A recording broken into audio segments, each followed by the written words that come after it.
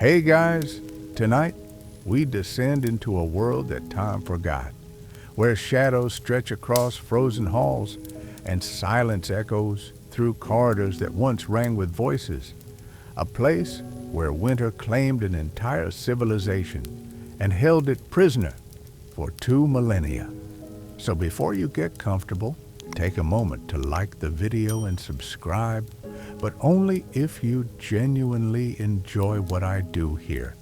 And let me know in the comments where you're tuning in from and what time it is for you. It's always fascinating to see who's joining us from around the world. Now, dim the lights. Maybe turn on a fan for that soft background hum. And let's ease into tonight's journey together.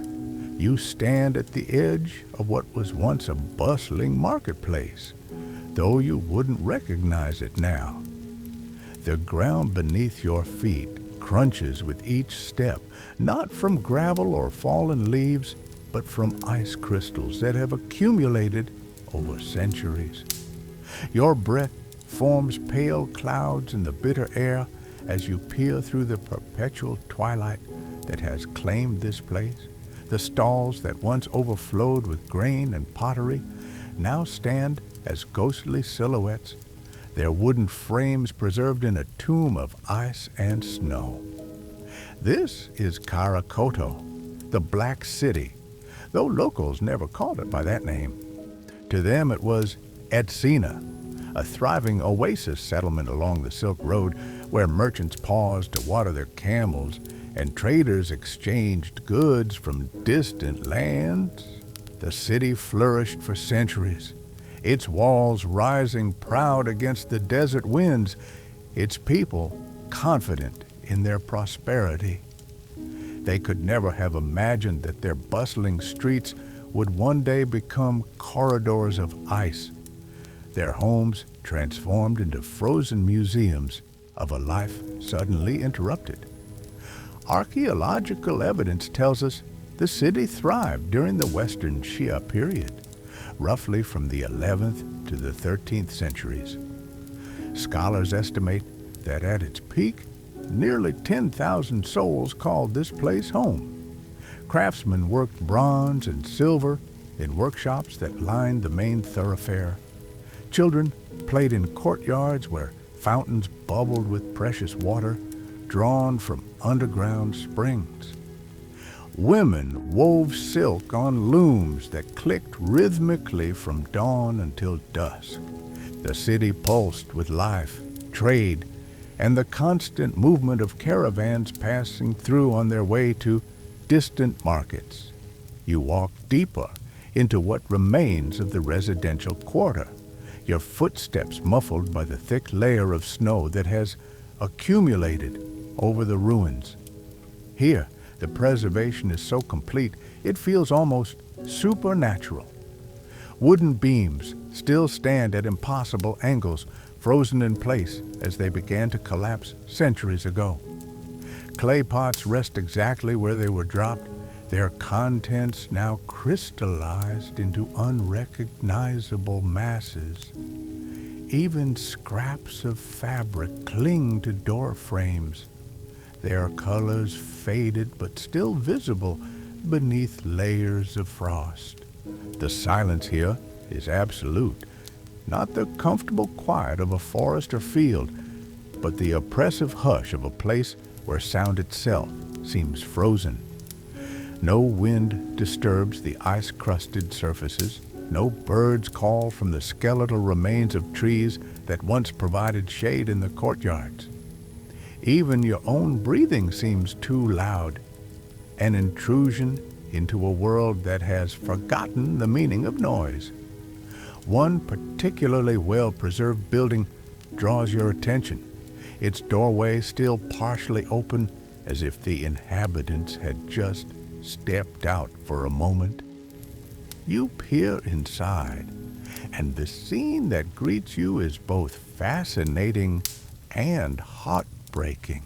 A family's dinner table sits undisturbed, wooden bowls arranged in a circle, chopsticks lying beside plates that still hold the remnants of what was once a meal. The ice has preserved everything with startling clarity, creating a snapshot of daily life interrupted in an instant. But what force could have claimed an entire city so completely, so suddenly? The answer lies not in warfare or plague, but in something far more insidious and unstoppable. Climate records from the period reveal a catastrophic shift in weather patterns that began in the late 13th century. The Little Ice Age, as historians would later call it, descended upon Central Asia with devastating thoroughness. Rivers that had flowed for millennia began to freeze solid.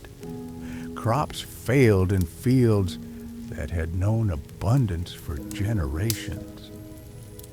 The delicate balance that had sustained life in this harsh environment finally tipped beyond recovery. You continue through the frozen streets, past workshops where tools still rest on benches, their metal surfaces gleaming beneath coats of ice. In one building, silk cocoons remain scattered across tables where workers had been sorting them, the tiny shells now encased in crystal clear ice that makes them look like precious gems. Another structure contains what appears to be a scribe's workshop, with partially written documents still spread across a desk, the ink frozen mid-stroke as if the writer had simply vanished while working.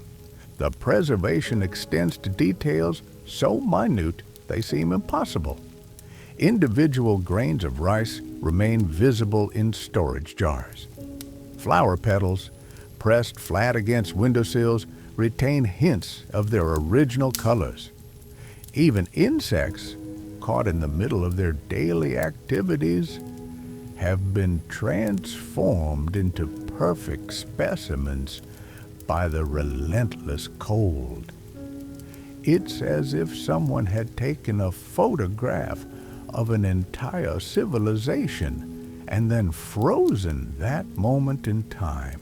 Archaeological teams who first explored these ruins in the early 20th century described feeling like intruders in a sacred space.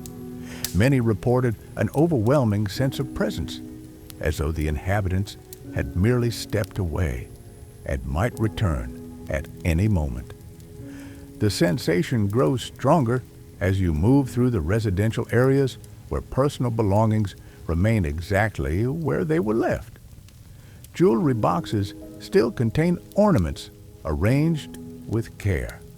Children's toys lie scattered in rooms that once echoed with laughter. Books rest open on shelves, their pages brittle with age but still legible beneath protective layers of ice. The city's defensive walls tell their own story of the final days. Guard towers stand empty, their braziers long cold, weapons still propped against walls where sentries once kept watch. Archaeological evidence suggests the inhabitants didn't flee in panic, but rather in stages, perhaps hoping the harsh conditions would prove temporary.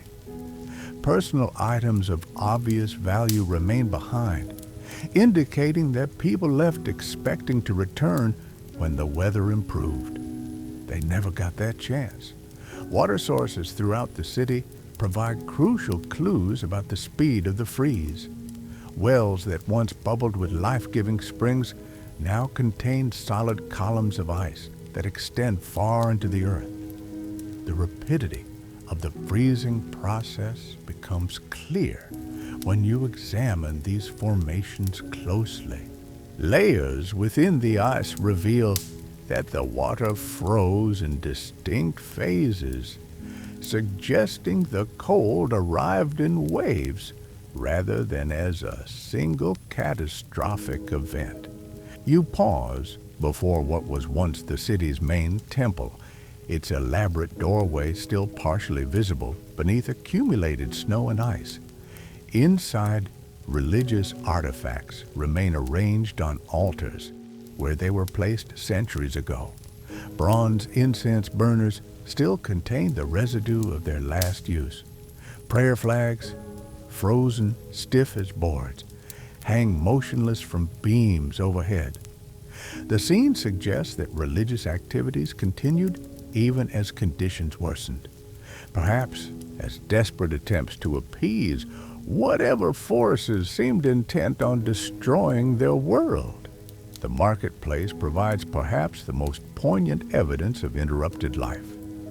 Merchant stalls contain goods that were never sold, their wares preserved in ice as if waiting for customers who will never come. Scales still balance loads of grain that turned to dust centuries ago. Coins lie scattered where they fell from a money changer's table. Even the remains of pack animals, still wearing their harnesses, stand frozen in the positions where they collapsed, creating a scene both beautiful and terrible in its perfect preservation. Scientific analysis of the ice layers has revealed fascinating details about the final months before the city was abandoned. Pollen, trapped within the frozen water, tells the story of vegetation struggling to survive increasingly harsh conditions. Tree rings from preserved wooden structures show years of declining growth as temperatures dropped and growing seasons shortened. Even dust particles embedded in the ice provide clues about changing wind patterns and atmospheric conditions during those crucial years. The residential quarters reveal the most intimate details of how people adapted to the worsening conditions. Houses contain evidence of increasingly desperate attempts to conserve heat. Rooms were sealed off to concentrate warmth in smaller spaces. Furniture was broken apart for fuel, leaving behind only the pieces too precious to burn. Clothing found in storage chests shows layers upon layers, suggesting people wore everything they owned in futile attempts to stay warm. You notice how the ice itself has become part of the architecture, flowing through doorways and windows like a frozen river that has claimed the city as its bed. In some places, the accumulation reaches second-story windows, creating a landscape where buildings seem to emerge from solid white expanses. The weight of all this ice has caused some structures to lean at impossible angles, yet they remain standing, supported by the very force that displaced them. The preservation extends to organic materials that would have decomposed long ago under normal conditions. Leather goods retain their flexibility when carefully thawed. Wooden items show no signs of rot or decay. Even food remains identifiable in storage areas, though transformed into crystalline masses that bear little resemblance to their original forms. This natural refrigeration has created an archaeological treasure trove unlike any other in the world. As you explore deeper into the frozen city, patterns begin to emerge that suggest the inhabitants understood their plight. Evidence points to organized attempts to preserve important items and documents. Valuable objects were carefully wrapped and stored in the most protected locations. Religious artifacts were gathered in central locations, perhaps for safekeeping or final ceremonies. The arrangements suggest a people who knew they faced an enemy they couldn't defeat but refused to surrender without preserving what they could of their culture and achievements. The children's areas of the city provide the most emotionally affecting glimpses into this frozen world. Schoolrooms contained wooden tablets where young students practiced their writing, their characters still visible beneath layers of frost. Playgrounds show evidence of games interrupted mid-action, with toys and equipment positioned as if the children had simply been called inside for dinner. These scenes remind you that this wasn't just a city or a civilization, but a community of families who had built lives they expected to continue for generations to come. Tonight, as you stand among these frozen remains, you begin to understand that Karakoto represents more than just an archaeological curiosity. It serves as a stark reminder of how quickly the natural world can reclaim even our most ambitious achievements. The people who built this city were sophisticated, prosperous, and confident in their mastery over their environment. Yet, when the climate turned against them, all their knowledge and wealth couldn't save them from forces beyond human control. The story of the Black City is far from over, though. In the depths of winter that claimed it, secrets lie waiting to be discovered. Modern expeditions have revealed that the city's death was neither instant nor peaceful. You venture into what archaeologists have designated as the administrative quarter, where the ice tells a story of systematic abandonment that unfolded over several harsh winters. Here, in buildings that once housed the city's governing officials, you find evidence of increasingly desperate decisions made by people who refused to believe their world was ending. The Records Hall stands as a testament to bureaucratic persistence in the face of catastrophe.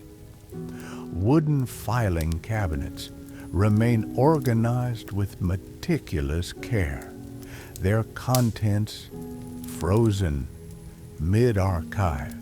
Tax rolls from the final years show declining populations and dwindling resources, yet the documentation continues with mechanical precision until the very end.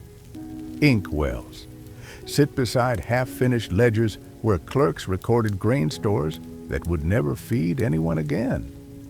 The dedication to maintaining order even as chaos descended speaks to a culture that valued structure above all else. You trace your fingers along ice-covered walls where notices still cling to bulletin boards. Proclamations about rationing water and fuel are layered beneath announcements for festivals that never occurred. The contrast is jarring. Official optimism plastered over growing desperation. Between the lines of these frozen documents, you can read the story of a government that either couldn't or wouldn't acknowledge the magnitude of the crisis facing their people. The residential districts reveal how ordinary families adapted to extraordinary circumstances. In house after house, you discover evidence of communal living arrangements that developed as conditions worsened. Multiple families had moved in together, sharing resources and body heat in increasingly crowded quarters. Sleeping areas show signs of expansion, with bedding arranged to accommodate far more people than the original rooms were designed to hold. Privacy became a luxury few could afford when survival demanded cooperation. Kitchen areas provide particularly vivid glimpses into the final months. Cooking fires were consolidated into single rooms where multiple families prepared meals together. Storage containers show evidence of careful rationing, with remaining food divided into smaller and smaller portions. Some households attempted to grow food indoors, with evidence of makeshift gardens in protected corners where people tried to cultivate whatever might survive in the artificial warmth of their homes. These desperate agricultural experiments speak to the ingenuity of people refusing to surrender to starvation. Water management became the city's most critical challenge as natural sources began to freeze solid. You discover elaborate systems of channels and pipes that residents constructed to redirect the last flowing streams through their homes. Wells were modified with primitive heating systems, burning precious fuel in attempts to keep water liquid. The engineering is impressive, showing how quickly people adapted their technical knowledge to unprecedented problems. Yet ultimately, these innovations only delayed the inevitable as winter tightened its grip beyond any human ability to resist. The Craftsman's Quarter provides insight into how the city's economy transformed during the crisis. Workshops that once produced luxury goods shifted to creating items essential for survival. Metalworkers focused on tools for breaking ice and conserving heat. Textile workers abandoned fine silks in favor of thick insulation and weatherproofing. Pottery kilns were repurposed to create specialized containers for storing and heating precious water. The archaeological record shows an entire industry pivoting with remarkable speed, though ultimately proving insufficient against forces far beyond their control. Religious buildings throughout the city reveal how spiritual life evolved as conditions deteriorated.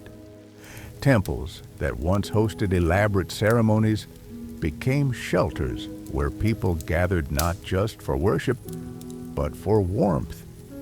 Altar areas show evidence of offerings that grew increasingly desperate, with people sacrificing their most precious possessions in hopes of divine intervention. Prayer wheels still contain fragments of written appeals for relief that never came.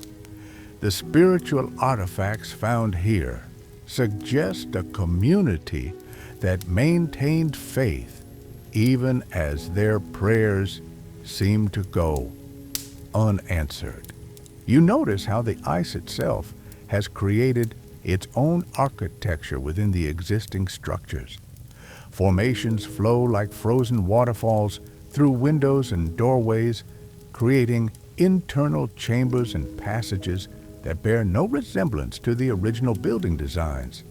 Some rooms have become ice caves, their ceilings lost beneath accumulated frozen precipitation. Others remain remarkably clear, preserved in crystal clarity that makes every detail visible as if through glass.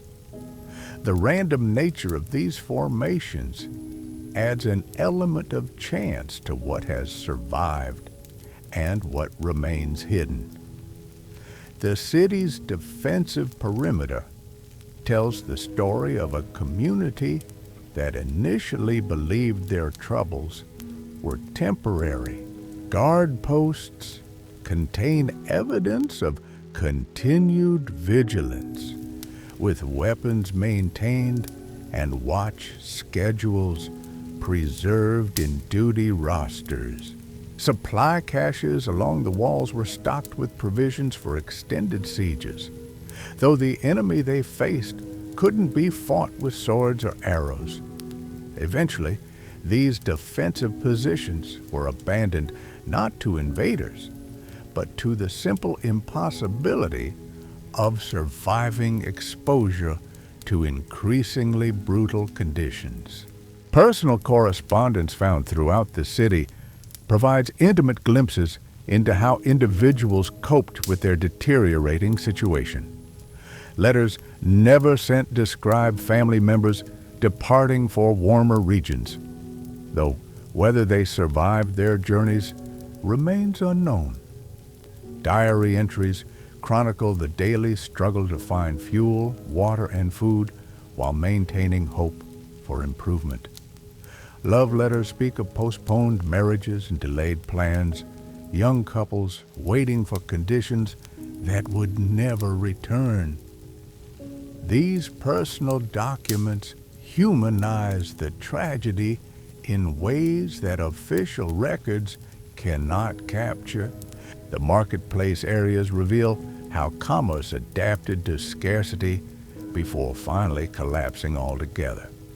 Merchant stalls show evidence of bartering systems that replaced traditional currency as economic structures broke down.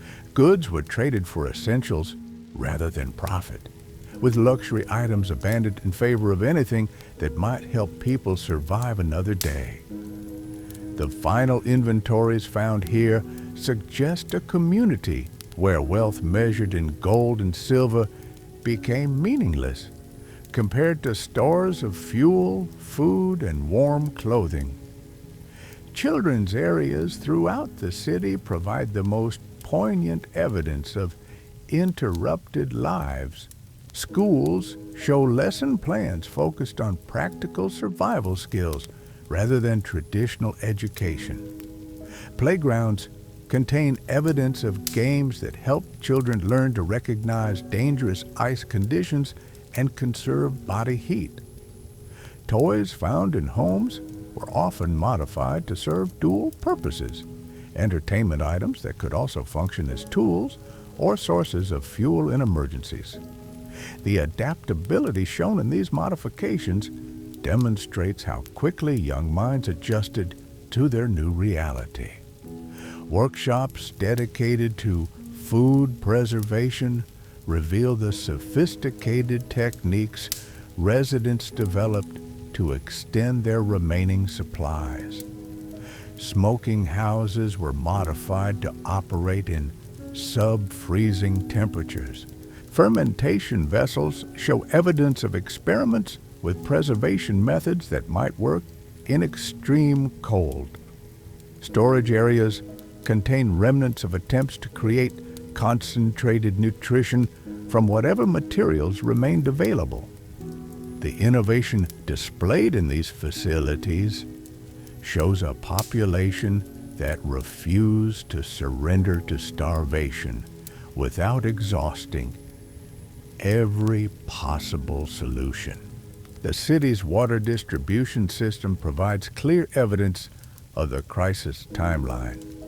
Initial modifications were relatively minor, simple adjustments to account for seasonal freezing.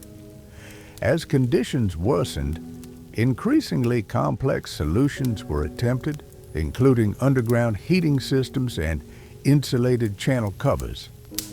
The final modifications show truly desperate measures, with residents dismantling parts of their own homes to fuel systems that might keep water flowing for a few more days. The progression reveals how gradually the crisis developed and how long people maintained hope for recovery. Medical facilities within the city show how healthcare adapted to unprecedented challenges. Treatment areas contain evidence of therapies focused on frostbite and malnutrition, conditions that became increasingly common as the crisis deepened. Medicine stores reveal attempts to create treatments from available materials when traditional remedies became unavailable. The organization of these facilities suggests a medical community that maintained professional standards even as they faced problems no training had prepared them to address. Cultural artifacts found throughout the city reveal how artistic expression continued even in the face of catastrophe. Musicians apparently performed for community gatherings that provided both entertainment and shared warmth. Writers continued creating literature that reflected their changing circumstances. Artists produced works that documented their experiences, leaving visual records of how their world transformed around them. These cultural remnants remind you that even in desperate circumstances, the human need for beauty and expression persisted. The administrative records reveal attempts to maintain contact with the outside world long after such communication became practically impossible. Message stations contain evidence of continued efforts to send word of their situation to distant authorities. Supply requisitions were filed for relief that would never arrive. Official correspondence maintained diplomatic protocols even when addressing the possibility that their city might not survive. The bureaucratic persistence shown in these documents reflects a culture that valued procedure and order, even as both concepts became meaningless. As you explore these frozen corridors, you begin to understand that the people of Karakoto didn't simply succumb to cold weather. They fought against their circumstances with every tool, every innovation, and every ounce of determination they possessed. Their defeat came not from lack of effort or ingenuity, but from facing forces that exceeded any human capacity to resist. The preservation of their struggle in ice creates a monument to both human resilience and the ultimate power of natural forces beyond our control. You move deeper into the frozen labyrinth, where the ice has created chambers that defy logic and reason. Here, in the heart of the city, you discover spaces that seem almost deliberately designed by the cold itself. Corridors branch and merge in patterns that bear no resemblance to the original architecture, their walls polished smooth by centuries of accumulated frost. The silence here feels different, heavier, as though the very air has been crystallized into something solid and permanent. The workshop district reveals the final acts of a civilization refusing to surrender. You peer into buildings where artisans worked until the very end, their tools still arranged with the precision of masters who took pride in their craft. Looms stand with threads stretched tight, patterns half completed in silk that will never be finished. Kilns contain pottery that cracked when the water inside froze mid-firing, creating abstract sculptures no artist ever intended. The dedication to maintaining normalcy in the face of impossible odds speaks to something fundamental about the human spirit. In one particularly well-preserved metalworking shop, you find evidence of remarkable innovation born from desperation. Furnaces were modified to burn anything combustible, from furniture to clothing, in attempts to maintain the heat necessary for working metal. Tools show evidence of being repurposed multiple times as craftsmen adapted their skills to create implements for survival rather than beauty. Copper vessels were hammered into shapes designed to capture and hold precious warmth. Iron implements were forged into tools for breaking ice and scraping frost from surfaces. The transformation of an entire industry in real time remains frozen in these workshops. The grain storage facilities paint a particularly stark picture of the city's final months. Massive granaries that once held enough food to feed thousands now contain only scattered remnants of their former abundance. The archaeological record shows careful rationing that extended supplies far beyond their normal duration, yet eventually even the most meticulous conservation couldn't overcome the simple mathematics of dwindling resources. Measuring tools found here were modified to portion increasingly smaller amounts, their calibrations adjusted downward again and again as stores diminished. you venture into what appears to have been a communal gathering hall, where the ice has preserved evidence of the final community meetings. Benches remain arranged in circles where residents must have discussed their increasingly limited options. The floor shows wear patterns suggesting these gatherings occurred regularly, perhaps daily, as people sought comfort in shared decision-making even when no good choices remained. Documents scattered throughout the space reveal votes taken on resource allocation, evacuation plans that were debated but never implemented, and proposals for solutions that grew more desperate with each passing day.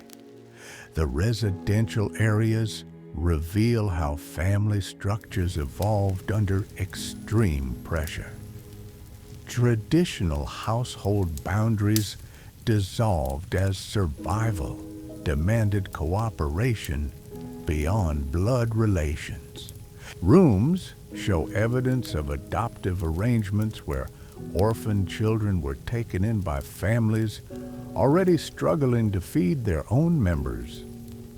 Elderly residents appear to have been cared for communally, with evidence suggesting that communities pooled resources to maintain dignity for their most vulnerable members, even as conditions became unbearable.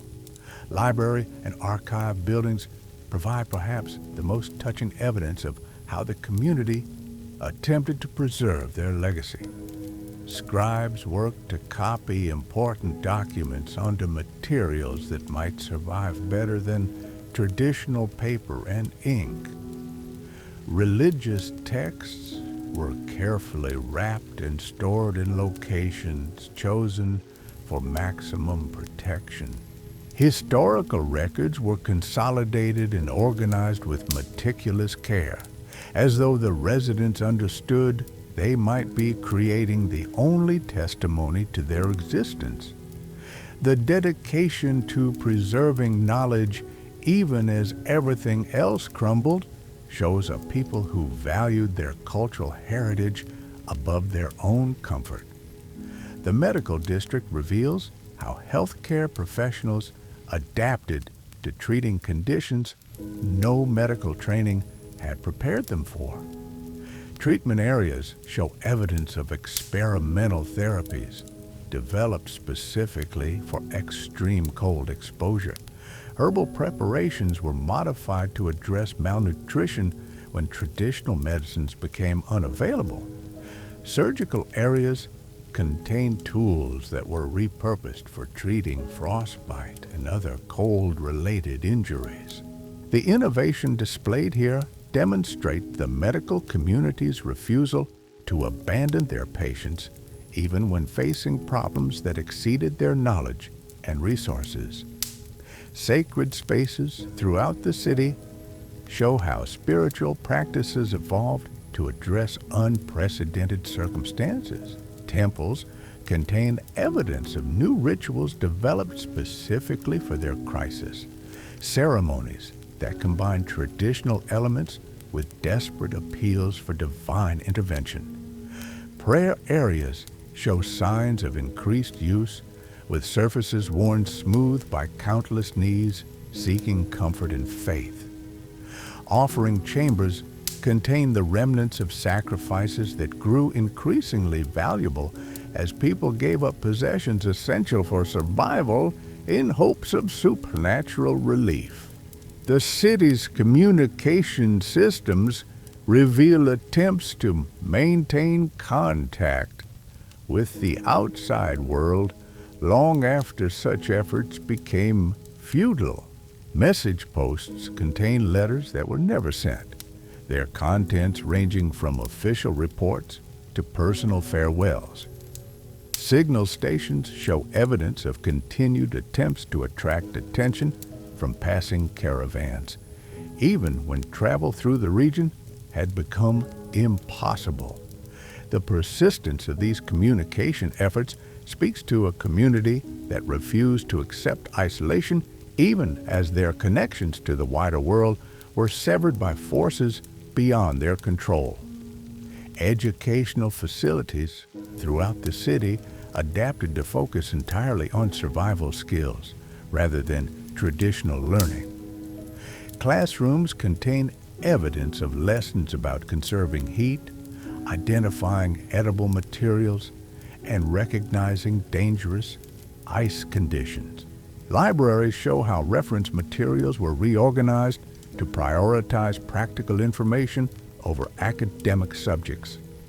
The transformation of education reflects a community that maintained hope for a future even while adapting to a reality that seemed to offer none. You discover evidence of sophisticated water management systems that reveal the progression of the crisis in mechanical terms.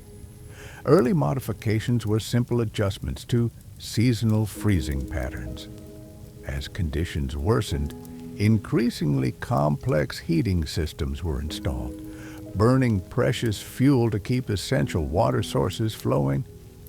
The final modifications show truly desperate measures, with residents dismantling structural elements of their own buildings to feed fires that might maintain liquid water for a few more hours. The engineering progression tells the story of a gradual realization that their situation was beyond any technical solution. The merchant quarter shows how economic systems adapted before ultimately collapsing. Trading posts reveal evidence of barter systems that replaced currency as traditional commerce became impossible. Inventory records show the transformation of value systems, where items once considered luxuries became worthless, while basic survival necessities commanded any price. The final account books found here document transactions where people traded family heirlooms for single meals, suggesting an economy where sentiment became subordinate to immediate survival needs. Textile production areas reveal how the clothing industry pivoted to address extreme weather conditions. Workshops show evidence of techniques developed specifically for creating insulation from available materials. Traditional silk production gave way to methods for creating thick, weatherproof garments. Dyeing facilities were repurposed to treat fabrics with substances that might provide additional protection against moisture and cold. The transformation demonstrates how quickly entire industries could adapt when survival depended on innovation. You move through residential courtyards where the ice has created its own landscape of beauty and terror. Fountains that once bubbled with precious water now stand as frozen sculptures, their spray patterns captured in crystal clarity. Gardens show evidence of desperate attempts to maintain food production under impossible conditions, with makeshift greenhouses constructed from salvaged materials. The contrast between the ornamental beauty of the original designs and the practical modifications speaks to how quickly aesthetic concerns yielded to survival necessities. The defensive structures reveal how the concept of protection evolved when the enemy couldn't be fought with traditional weapons. Guard towers were modified to provide shelter rather than military advantage. Weapons storage areas were converted to fuel depots where anything combustible was carefully hoarded.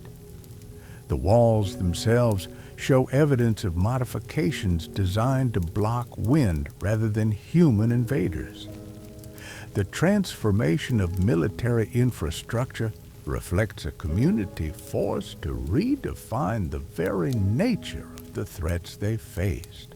As you explore these frozen monuments to human persistence, you begin to understand that the story of Karakoto extends far beyond simple climate catastrophe. The ice has preserved not just buildings and artifacts, but evidence of how an entire civilization adapted, innovated, and maintained dignity in the face of impossible circumstances. Their ultimate defeat came not from lack of effort or ingenuity, but from confronting forces that exceeded any human capacity to overcome. The preservation continues to reveal secrets that challenge our understanding of how quickly societies can transform when faced with existential threats. In every frozen room, every crystallized artifact, every perfectly preserved moment of interrupted life, you find testament to the remarkable resilience of people who refuse to surrender without exhausting every possible solution to their impossible situation. Deep beneath the accumulated ice, you discover what appears to be the city's final desperate experiment. In a series of chambers carved directly into the bedrock, residents attempted to create a subterranean refuge where they might wait out the endless winter. The engineering is remarkable, showing how quickly desperation bred innovation. Tunnels branch out from central gathering areas, connecting storage chambers, sleeping quarters, and workshop spaces in a complex underground network that bears no resemblance to anything the city had contained above ground. The air down here feels different, thicker somehow, as though the weight of centuries has compressed even the atmosphere into something denser than normal. Your footsteps echo strangely in passages where sound seems to bounce between walls of natural stone and accumulated ice, creating whispers that follow you through corridors no human voice has disturbed for 2,000 years. The preservation in these depths exceeds even what you witnessed above, creating spaces that feel less like ruins and more like time capsules waiting to be opened. Workshop areas in these underground chambers reveal the final evolution of the city's technological capabilities.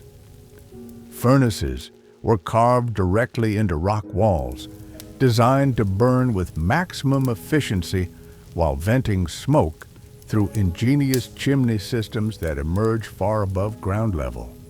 The metalwork produced here shows techniques that had never been attempted above ground, methods born from the absolute necessity of creating tools that could function in conditions no previous generation had imagined. Weapons were modified into implements for breaking ice and conserving heat. Household items were transformed into specialized survival equipment that prioritized function over any aesthetic consideration. Storage chambers throughout the underground complex contain the remnants of the most systematic preservation effort you have yet encountered.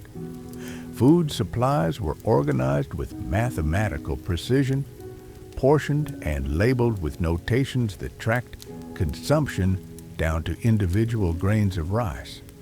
Water storage systems reveal sophisticated understanding of how to prevent freezing through circulation and insulation techniques that required constant maintenance. The organization speaks to a community that refused to abandon hope, even while preparing for the possibility that their underground refuge might need to sustain them for years. Living quarters in the depths show how social structures adapted to unprecedented intimacy. Privacy became impossible when survival demanded that every breath of warmth be shared and conserved.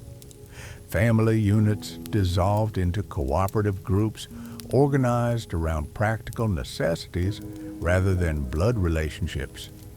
Sleeping areas were designed to maximize shared body heat, with bedding arrangements that prioritize thermal efficiency over personal comfort. The modifications reveal a people who maintained human dignity while accepting that individual space had become a luxury they could no longer afford. The deepest chambers contain what appears to be a final record-keeping effort, where scribes work to document everything they believed future generations should know about their civilization. The writing materials here were carefully chosen for durability, with important information transferred onto metal tablets and stone surfaces that might survive conditions that would destroy paper and parchment. These records include not just historical facts, but detailed instructions for survival techniques, medical treatments for cold-related conditions, and technical specifications for the innovations they developed during their final years. You discover evidence that this underground complex was connected to similar excavations beneath other parts of the city, creating a network of refuges where different groups attempted their own solutions to the same impossible problem. Tunnel systems branch out in directions that suggest coordination between these efforts, with passages designed to allow movement between chambers without exposure to surface conditions. The scope of the undertaking reveals a community-wide commitment to survival that went far beyond individual, family, or neighborhood responses.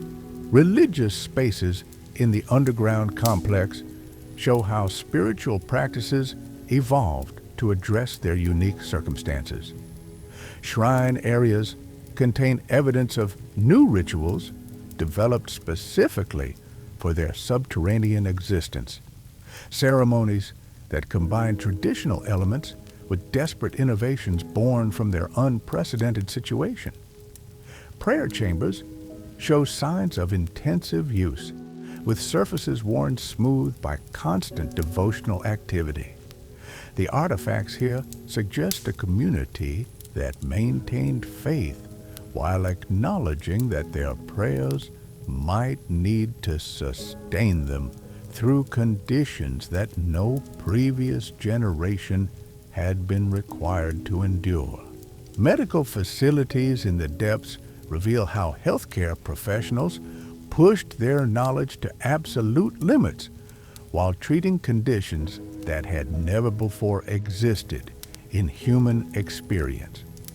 Treatment areas contain evidence of experimental therapies developed through trial and error when traditional medicine proved inadequate.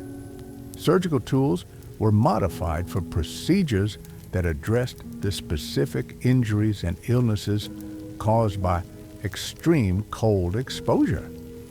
The innovation displayed here demonstrates medical practitioners who refuse to abandon their patients even when facing problems that exceeded any training or previous experience.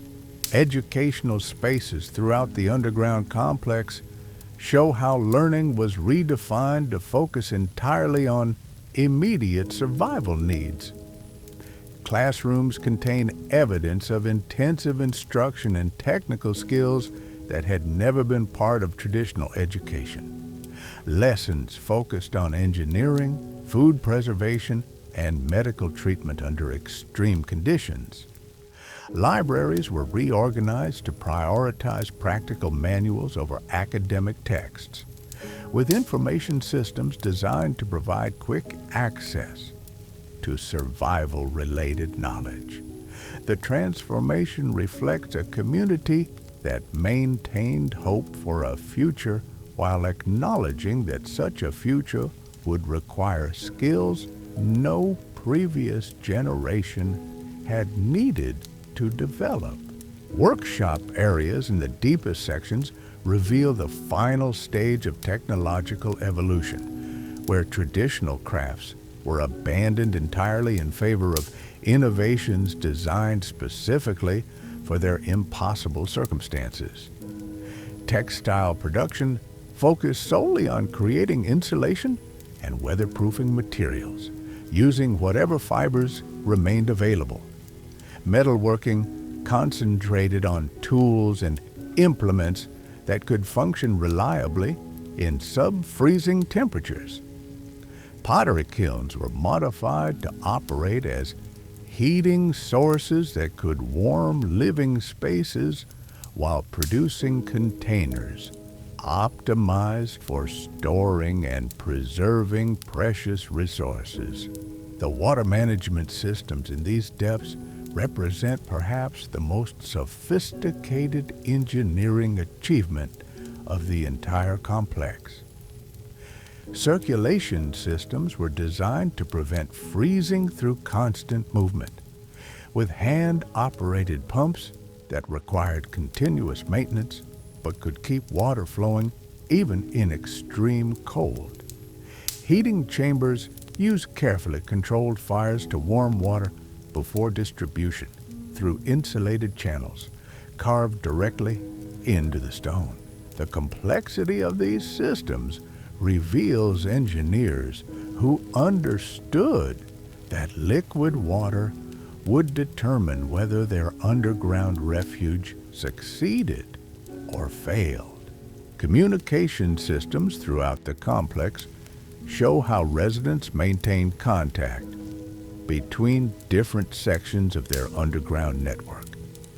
Message tubes carved through rock walls allowed information to travel between chambers without requiring dangerous surface travel. Signal systems used sound and light to coordinate activities across the entire complex. Emergency protocols were developed to ensure that critical information could reach every resident quickly when circumstances demanded immediate response. The sophistication of these communication methods reveals a community that understood coordination would be essential for survival. As you finally emerge from those crystalline depths, you carry with you more than just the memory of frozen halls and silent corridors.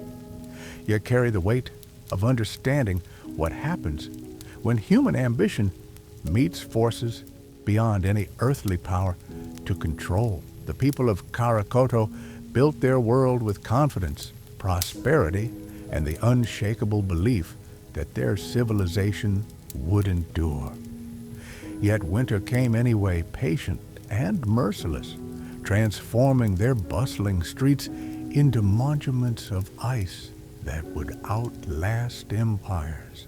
Their story whispers across the centuries, a reminder that no matter how sophisticated our cities, how advanced our technology, how certain our dominion over the natural world, we remain subject to forces that dwarf our greatest achievements.